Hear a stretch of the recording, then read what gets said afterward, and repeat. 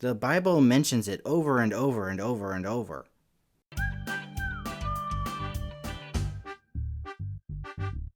Hey guys, it's me again, Douglas, and today I want to talk to you guys about something that really makes me sad. I think it's a really big deal, and I think it is pretty almost universally disregarded by the church. I want to talk about Christian unity. You know, if God says something one time in Scripture, just one time, that's important. All Scripture is God-breathed. It's useful. It's important. We need to listen to it. The Bible is God's Word. Him saying one thing, just one time, should be enough for us to obey. And yet over and over in Scripture, in the New Testament especially, we find passages that say that we ought to be of one mind. We ought to accept one another. As Christians, we ought to be unified. There ought to be no division between us. Seriously, it is so many times in Scripture that this is mentioned. And yet we have so many denominations and we have so many Christians who are arguing with other Christians, and it seems like we make these denominations, we make these little clubs where we're like, well, we all believe this thing, and you guys over there, you believe that thing, and you're all wrong, we're the only right ones. And it seems like every church out there feels like their church is the one true church, and everybody else is just sort of messed up. It's like instead of being a team, we're trying to do everything ourselves.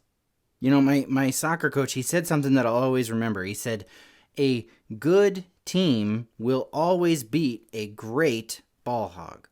So like in our soccer team, my coach, he like has us do these drills and he has us practice these things. And one of the main things that he has us practice is kicking the ball to each other. And I usually play the goalie, so I don't really do a whole lot of that. I use my hands more than anybody because they're not allowed to use their hands. But some of the other guys on my team, they were, asking if my coach would teach us some of those tricks where you can like run from one end of the field to the other and you can like kick the ball around the defenders and you can go between their legs or even like over their head. And you could do these really fancy tricks. And he said that, yeah, eventually he would teach us those fancy tricks. But he said that the thing that he wanted to teach us the most was teamwork. Because if you've got a whole team that are really working together, that's a lot better than just having one person try to carry the whole team, right? Never sharing the ball, being a ball hog. A team who works together is always going to beat a team full of ball hogs. And man, I don't know, it makes me really sad because it feels like Satan has done a very good job of splitting all of us Christians up. It's like we'd so much rather argue over disputable matters than accept one another. We've got way too much pride to ever be humble and seek unity with our Christian brothers and sisters. You know, in the book of John, Jesus was praying to God and he prayed that we who follow him would be one as he and the Father are one. So that when the world looks at us and looks at our unity, they'll believe that God sent Jesus. But man, I don't feel like that's what people see when they look at us. Right? If you've got a soccer team, but it's all full of ball hogs, people who don't want to pass the ball, people who don't want to share, people who don't want to work with their team, yeah, you're kind of on the same team, but you're really not. And that's how it feels like Christianity is these days. We're told to accept one another. We're told to be unified. We're told to be humble. We're told to love one another and view others as being more important than ourselves. We're told to bear with one another and forgive one another. We're told to be of the same mind. We're told to not be divisive. And it seems like over and over again, we are not pursuing what God has called us to be as the church. I think this is a really, really big problem that we have to do something about. And I hope that when I say that you don't think, yeah, somebody ought to do something about that. And yeah, somebody ought to do something about that, but that can start with you and it can start with me. You don't have to be a pastor or a deacon or an elder or a bishop or an anything other than a Christian to start making progress towards Christian unity. There are some things that for a Christian are absolutely essential for you to even call yourself a Christian, right? Like if you don't believe that Jesus is God's son, if you don't believe that Jesus died for your sins, if you don't believe that you needed Jesus to die for your sins, and if you believe that it's not important at all that you follow God, then it's kind of hard to have unity. You know what I mean? There are some things that are non-negotiable, indisputable. There are some things that we should divide over. But so rarely do I see those essential things, those most important things, be what divides one, denomination or church from another. And I think that if we are going to have Christian unity, we're going to need humility. It's interesting how many times we are, commanded to be unified as the body of Christ. It's interesting how many of those times where they say we should be unified, it also mentions humility. Because I think it's super important.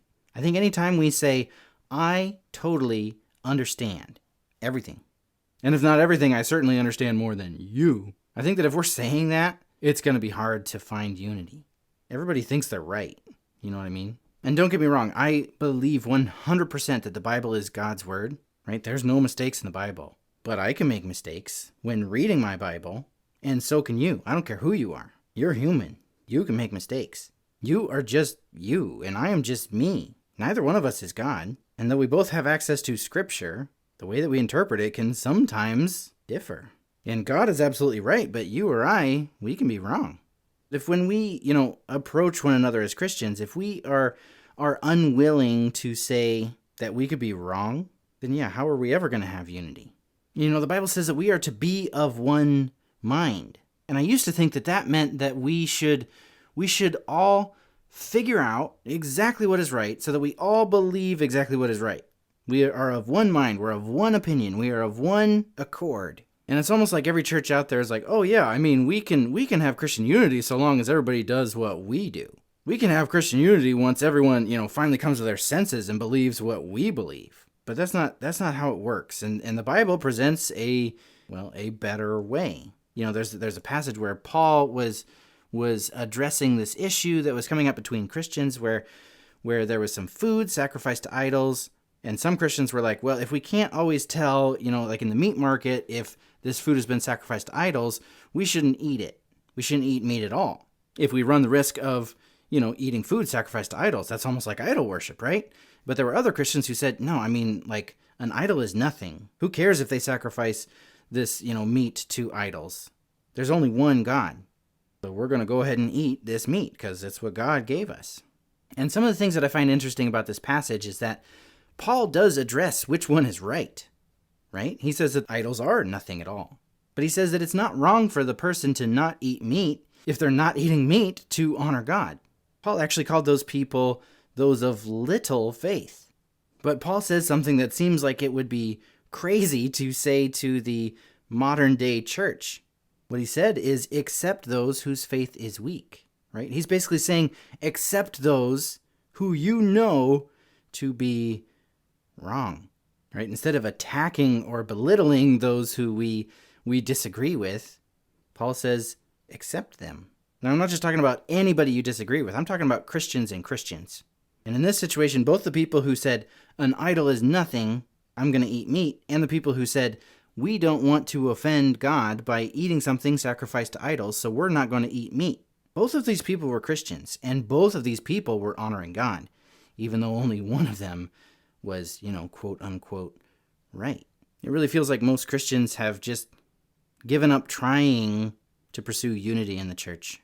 Maybe I'm wrong, but I don't see it. I see the command in Scripture over and over and over again, but I just don't see the urgency within the church to be the church. So my challenge to you guys today is that you would do your part. And I'm going to do that too. I'm going to try to do my part to bring unity to the church, to kind of break down some of these walls. And I think that starts with humility in our own hearts. And not just humility in our own hearts. I think it is important not only that we understand that we don't have all the answers. I think it's also important that we understand that those above us, our teachers, our leaders, they also don't have all the answers. The founder of your church or denomination, unless that founder is God, did not have all the answers. Instead of arguing or dividing over disputable stuff, let's do our best to show the world what the body of Christ is supposed to be. Let's do our best to pursue Christian unity. Hey guys, I hope you like this video. And there have been times where I've gone to children's ministry conferences or creative ministry conferences where there are people from all different churches and denominations, and we are all, excited about the one purpose that we have to further the kingdom of God. And there is I have found really cool unity in settings like that, but then like we go home and then we're all divided again, and it's really sad. God wants us to be united. He wants us to be the body of Christ. So let's lay aside our pride in ourselves and pride in even those who are above us, those who have come before us. Fix our eyes on Jesus and pursue Christian unity.